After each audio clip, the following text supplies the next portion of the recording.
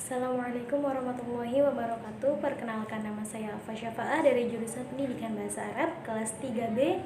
Di sini saya akan menyampaikan materi tentang Nazariyah Al-Furu dan Nazariyah Al-Wahdah.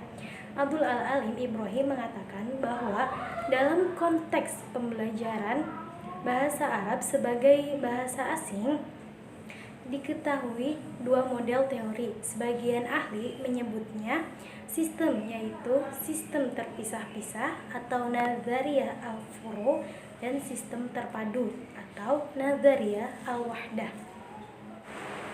Yang pertama adalah Nazariyah Al-Furu. Dalam sistem ini, pembelajaran bahasa Arab dibagi menjadi beberapa mata pembelajaran seperti mata pelajaran nahwu, shorof, mutola'ah, insya, istiqma, muhadasah, imla, dan lain-lain. Setiap mata pelajaran memiliki kurikulum atau silabusnya sendiri-sendiri, jam pertemuan, buku teks, evaluasi, dan nilai hasil belajar sendiri-sendiri. Sistem seperti ini biasanya diterapkan di perguruan-perguruan tinggi, khususnya di jurusan bahasa Arab dan sastra Arab. Setiap mata kuliah memiliki silabusnya sendiri-sendiri, jam pertemuannya sendiri, dosen pengampu, dan buku teks, serta evaluasi sendiri-sendiri. Tidak hanya di perguruan-perguruan tinggi saja sistem ini diberlakukan, namun diterapkan juga di madrasah-madrasah. Yang kedua ada juga Nazariyah Al-Wahdah. Dalam bahasa Inggris, sistem ini dikenal dengan integrated system atau all-in-one system. Dalam sistem ini, bahasa dipandang sebagai sesuatu yang utuh dan saling berhubungan, bukan sebagai bagian yang terpisah-pisah. Oleh karena itu, hanya ada satu mata pelajaran, yaitu pelajaran bahasa Arab, satu buku teks, satu evaluasi, dan nilai hasil belajar. Sistem pembelajaran seperti ini biasanya diterapkan di madrasah-madrasah sanawiyah atau madrasah aliyah yang mengajarkan pelajaran bahasa hanya ada satu mata pelajaran, satu buku teks, satu evaluasi, dan satu hasil nilai. Dalam prakteknya, terdapat variasi utama yang dijadikan basis atau dasar pembelajaran, yaitu yang pertama, pembelajaran berbasis topik atau teks bacaan. Sistem ini menjadikan bacaan mengenai topik tertentu sebagai dasar penyajian pelajaran. Dari bahan utama dilakukan kegiatan. Yang pertama ada pemahaman kosakata atau mufradat, yang kedua ada pemahaman dan analisis isi teks, yang ketiga ada penguasaan bunyi-bunyi bahasa melalui kegiatan membaca keras, yang kemudian ada juga percakapan dengan topik yang relevan, kemudian selanjutnya ada latihan menulis berdasarkan isi bacaan, selanjutnya pemahaman teks atau masmuk yang paralel dengan teks bacaan. Yang selanjutnya ada penguasaan struktur atau tata bahasa yang terdapat dalam teks. Selanjutnya juga ada pembelajaran yang berbasis situasi atau teks percakapan. Sistem ini menjadikan teks percakapan atau hiwar dalam situasi tertentu atau tentang topik tertentu sebagai dasar penyajian pelajaran. Dari bahan utama ini melakukan kegiatan dramatisasi teks sampai dengan percakapan bebas. Yang kedua ada latihan pelafalan dan membedakan bunyi-bunyi tertentu. Yang ketiga ada latihan menulis dengan merubah teks dialog menjadi narasi.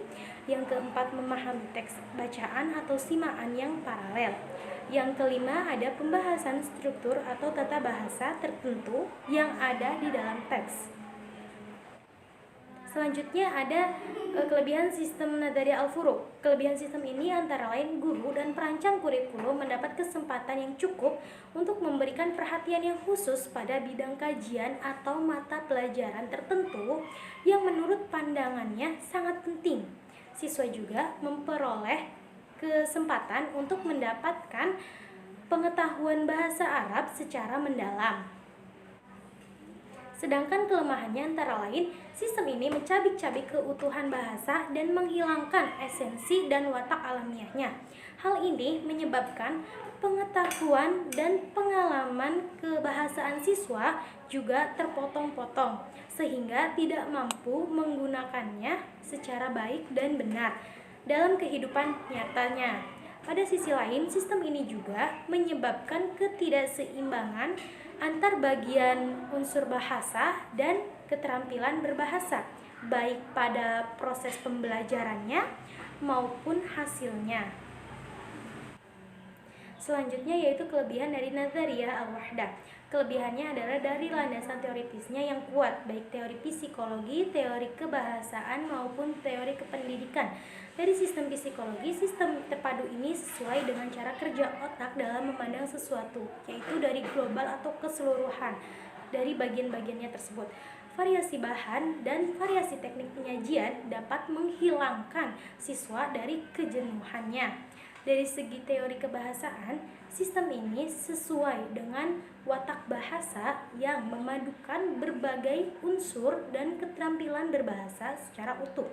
Dari segi kependidikannya, sistem ini menjamin terwujudnya pertumbuhan kemampuan berbahasa secara seimbang karena semuanya ditangani dalam situasi dan kondisi yang sama, tidak dipengaruhi oleh keberagaman semangat dan kemampuan para guru yang mengajarnya. Sedangkan kelemahannya antara lain jika diterapkan pada siswa tingkat lanjut kurang dapat memenuhi kepentingan pendalaman unsur bahasa atau keterampilan berbahasa tertentu yang menjadi kebutuhan nyata mereka. Ya, cukup sekian materi yang dapat saya sampaikan. Wallahul muwaffiq ila aqwamit thoriq. Wassalamualaikum warahmatullahi wabarakatuh.